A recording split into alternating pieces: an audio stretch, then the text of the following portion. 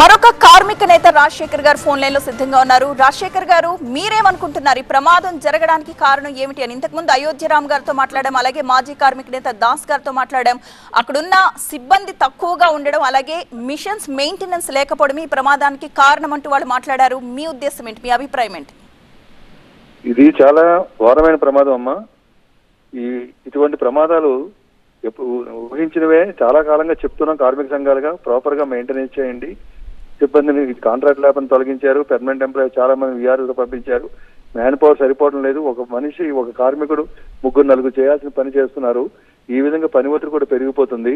ఈ safety department కి, concern major department కి, ఆపరేషన్ డిపార్ట్మెంట్ కి సరైనటువంటి కోఆర్డినేషన్ లేకపోవడం, ఈ సేఫ్టీ డిపార్ట్మెంట్ వాళ్ళు ఏదైనా ప్రపోజల్స్ పెడితే దానికి త్వరితగతిన ఎటువంటి శాంక్షన్స్ ఇవ్వకపోవడం, ఈ యొక్క కారణాలు ప్రమాదాలు జరిగినాయి.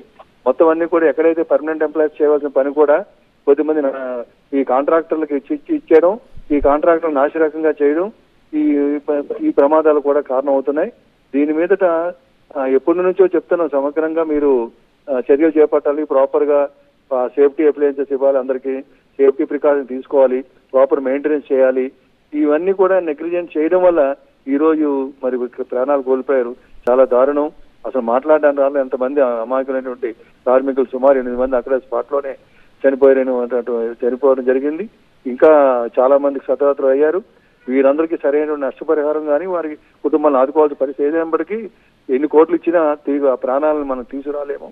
ఏదేమైనా యాజమాన్య నిర్లక్ష్యము, కేంద్ర ప్రభుత్వంలో ఉన్నటువంటి ఆ స్టీల్ సెక్రటరీ స్థాయి కూడా ఉన్న హోదాలో ఉన్నటువంటి వారు కూడా ఏమాత్రం పట్టించుకోకుండా ఎంతసేపు ఉత్పత్తి అని చెప్పడం తప్ప ఉన్నటువంటి ఈ ప్రమాదాల పట్ల, లేకపోతే సేఫ్టీ పట్ల, మెయింటెనెన్స్ పట్ల చర్యలు తీసుకోకపోవడం, కార్మికుల తాలూకు అభిప్రాయాలు కానీ కార్మిక సంఘాల అభిప్రాయాలు కూడా తీసుకోకుండా ఏకపక్షంగా ఇటు యాజమాన్యం ఇటు కేంద్ర ప్రభుత్వ అనుసంధానంలో వ్యవహరించడం వల్ల ఈ ప్రమాదానికి కారణం అని మేము చెప్తున్నాం. ఇది ముమ్మాటికి వారి కేంద్ర ప్రభుత్వంలో ఉన్నటువంటి ముఖ్యమంత్రి శాఖ నిర్లక్ష్యం, అలాగే యాజమాన్యంలో ఉన్నటువంటి అధికారుల నిర్లక్ష్యం అని చేస్తూ కాంట్రాక్టర్లు కూడా వారు సక్రమంగా పనులు చేపట్టకపోవడం వల్ల కూడా ఇటువంటి గతంలో జరిగాయి. ఇది SMS స్టీల్ మెల్టింగ్ షాప్ వన్లో ఇది ఘోరమైన ప్రమాదం. రైట్ అండి, థ్యాంక్ యూ. ఇదే సందర్భం 2లో కూడా జరిగింది, కానీ అక్కడ లక్కీగా భగవంతులు అవ్వలేదు. Right, thank you.